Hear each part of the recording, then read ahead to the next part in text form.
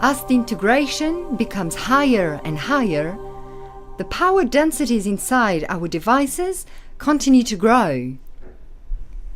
This heat has to be let out from the devices to maintain reliable operation.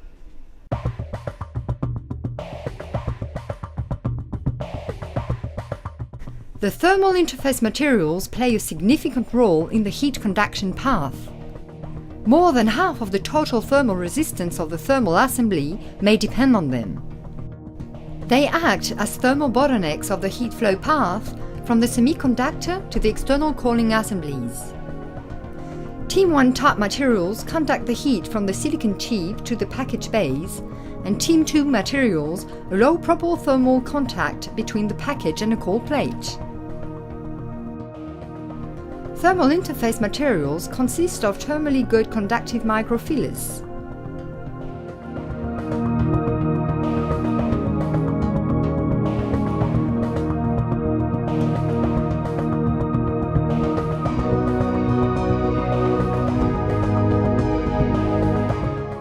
In reality, the teams don't ideally conform to the material surfaces, which result in an increased contact resistance. The sum of the contact resistances and the resistance of the team give the total performance of the interface.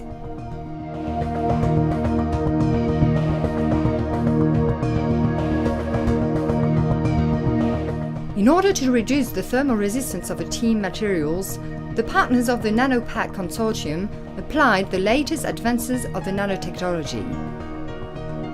Polymer metal composites are also good candidates to enhance the conductivity of the teams while establishing good mechanical stability.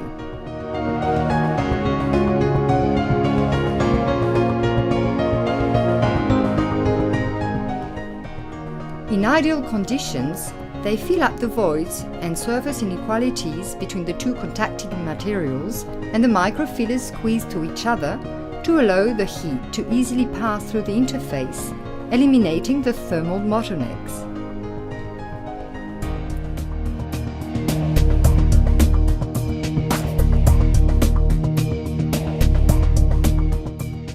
A new technological approach to reduce thermal interface resistance in die bonding is the so-called nanosponge. It is made of a highly conductive pure metal harboring pores of the size of a few 10 nanometers. These pores render the nanosponge very compliant.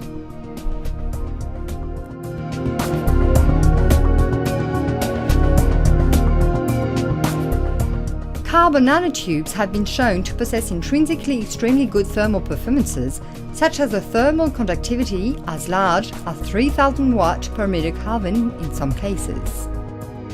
In nanopack, Thales Research and Technology investigated the crucial issues of the growth of dense areas of vertically aligned carbon nanotubes from bottom substrates, the infiltration of diverse materials between the tubes, as well as the connection to the top substrates.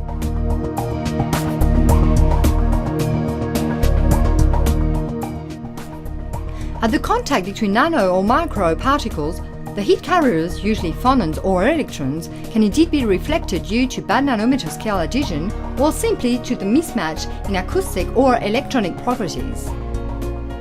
Surface functionalization allows improving the heat transmission, for example via its nanostructuration.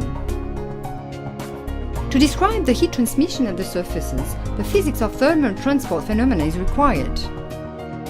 It enables to discover ways to accord the phenon spectra of the different materials and to calculate the reflection at the boundaries.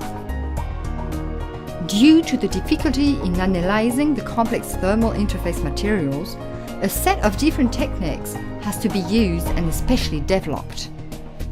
Measurement techniques of thermal properties are indeed known for being much less accurate than those of properties such as electrical ones. A very detailed benchmark of different thermal techniques was performed in the frame of the project. It consisted in the comparison of reliable techniques that measured the team performances at the ship scale.